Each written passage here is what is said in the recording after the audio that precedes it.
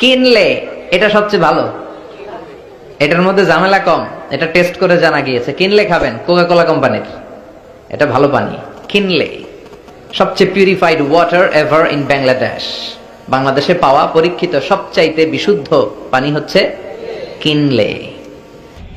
এক লোক মিজানুর রহমান আজহারী সাহেবের এই ভিডিওটা কাট কইরা তারপরে ক্যাপশন দিল, ফেসবুকে আপলোড দিয়ে ক্যাপশন দিল যে দেখেন আপনাদের দাদা ঠাকুর কি বলে। তো যে লোক এই ফেসবুকে পোস্টার দিয়েছে, ভিডিওটা আপলোড করছে, উনিও কিন্তু মুসলমান, কিন্তু উনার একটা পরিচয় আছে, উনি হচ্ছে সুন্নি। তো এই সুন্নি লোকটা, ওরা আবার মিজানুর রহমান আজহারী বা কওমি গণনার অন্যান্য আলেমদেরকে ওহাবি বলে সম্বোধন করে। তো এই সুন্নি ভাইটা এই মিজানুর রহমান আজহারী সাহেবের ভিডিওটা কাট কইরা তারপরে ফেসবুকে প্রচার করে দিল, মানে উনি ইসরায়েলের দালাল।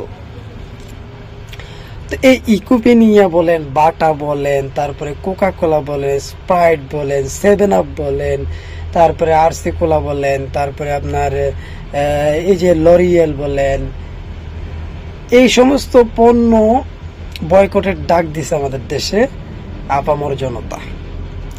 আমার মাথা হেট হয়ে গেছে ভাই।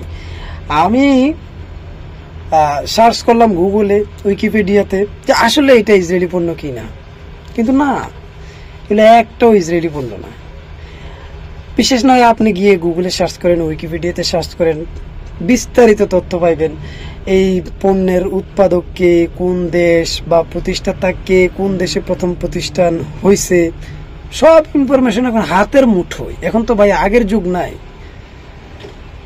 এখন তো আর আগের যুগ নাই, এখন সবকিছু হাতের মুঠোয় থাকার পরও আপনারা কেন গুজবে কান্দেন? আপনারা আগে জিনিসটা জাস্টিফাই করেন যে আসলে কি এটা ইসরায়েলি পণ্য। আমি তো সবকিছু প্রত্যেকটা পণ্যের নাম আমি গুগলে তারপরে উইকিপিডিয়াতে সার্চ করলাম, একটা পণ্য ইসরায়েলি পণ্য না।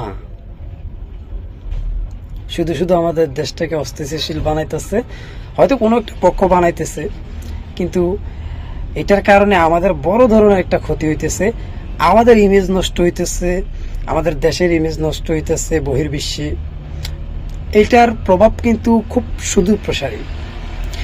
ভবিষ্যতে আমাদের দেশকে জঙ্গি দেশ হিসেবে আখ্যায়িত করবে, আমাদের দেশে ভালো ইনভেস্টর আসবে না, বিদেশি যারা উদ্যোক্তা তারা আমাদের দেশে বিনিয়োগ করবে না।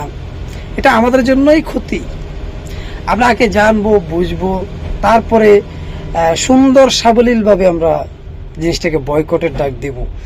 কিন্তু একটা প্রতিষ্ঠান ভেঙে উগ্রতার পরিচয় দেওয়াটা একেবারে ঠিক না। এটা আমাদের পুরো জাতি গোষ্ঠীর উপর প্রভাব পড়ে, পুরো দেশের উপর প্রভাব, পুরো অর্থনীতি, সবকিছুর উপর আমাদের কিন্তু এই জিনিসটা প্রভাব পড়বে। সুতরাং আমরা কোনো প্রতিষ্ঠানে হাত না দেই, আমরা কোনো প্রতিষ্ঠানের পণ্য বয়কট সুন্দর সাবলীল ভাষায়ও দেওয়া যায়। আপনি না কিনেন, আপনি অন্য জায়গায় গিয়ে মার্কেটিং করেন, যে জনসচেতনতা তৈরি করেন যে কেউ এই পণ্য কিনবেন না, কেন কিনবেন না, কোন কারণে কিনবেন না, এটা প্রমাণ প্রুফ সহ আপনি দেখান, ভরা মজলিসে দেখান, একটা মার্কেটের সামনে গিয়ে দেখান, আপনি জনসমাগম করে দেখান, বুঝান, প্রমাণ সহ দেখান যে এটা আসলে ইসরায়েলি পণ্য, বা এটার এই সাইড ইফেক্ট, এটার এই ক্ষতি, এটার কারণে এই সমস্যা, ওই সময় আপনি প্রমাণ সহ দেখান, মানুষ বয়কট করবে।